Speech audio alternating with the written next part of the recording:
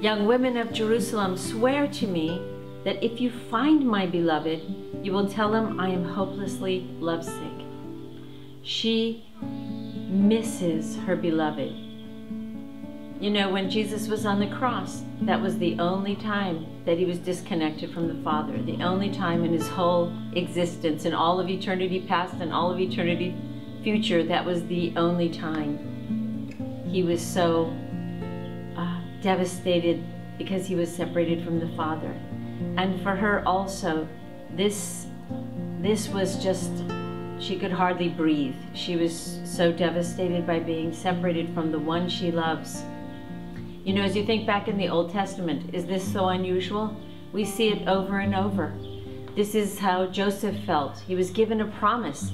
He had a dream. He was going to be wonderful. Life was going to be great. Everyone was going to bow down to him. And then he gets sold as a slave. He gets thrown in a pit. He gets put into prison. He goes down, down, down the ladder. David, he's anointed king. And then you know what? He ends up living in caves and running and fleeing for his life. It's not exactly what he planned. Life just doesn't go the way we think it's going to go once we become the children of God. And we get desperate and we think, did I just lose my touch with God? Did I lose the only connection I ever had? Did I misunderstand?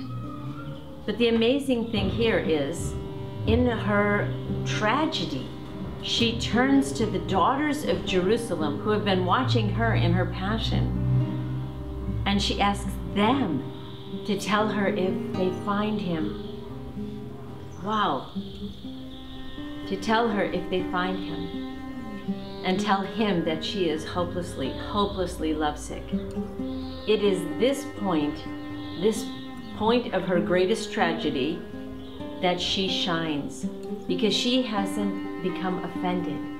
She's not offended. She is only longing to see him again. And they say, most beautiful of women, what makes your beloved better than any other beloved? What makes your beloved better than any other beloved that you would make us swear this way? They're shocked. Nothing's going your way. Your life's falling apart. How can you still praise him? And actually, they have just done her a huge favor, because as she ponders the answer, she turns her eyes off of her situation and off of her fear of being without him, and she starts describing him. My beloved is dazzling yet ruddy. You know, he's extremely sparkly white. He's brilliant, like the sun. There's no darkness in him. I can trust him because, you know what? There isn't a shadow of turning in him. There's nothing about him that isn't trustworthy. He stands out among 10,000 men. His head is the finest gold. I'm in love with God. This is God we're talking about. His head is the finest gold. He's not going to do anything wrong. This is God. He knows it all. He knows the beginning to the end. He sees it all. I can trust him. His hair is wavy, black as a raven. I'm not in love with some Gandalf. I'm in love with the son of David. I'm in love with a king that is the best. He is young, forever young and dedicated. He's dedicated to me. He's dedicated to the best for me. His eyes are set like doves bathing in milk. You know what? He doesn't have bloodshot eyes from taking drugs or drinking. He's wholesome. He's healthy. And his eyes, you know what? His eyes are set on me, on loving me, and my eyes are set on him. His cheeks are like a garden of spices, a garden that produces scented herbs. You know, God's emotions are good. He has all those wonderful emotions, love, joy, peace, patience, they're all in him. He rejoices, he sings, he dances over me. His lips are lilies that drip with myrrh. You know what? When he speaks to me, he speaks things that bring life. He speaks things that cause me to rise up higher and better and stronger. He encourages me. His words are life-giving because there isn't a selfish thought that goes through his mind. His hands are discs of gold set with emeralds. Strong hands, godly hands, omnipotent hands. And emerald, there's emerald around the throne in heaven, Revelation tells us.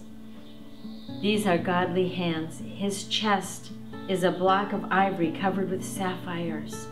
Strong, precious. You know, ivory, you don't get ivory without killing the elephant. So my God, his very chest given for me, it reminds me that he's willing to die for me. His legs are columns of marble. He's sturdy. He's omnipotent.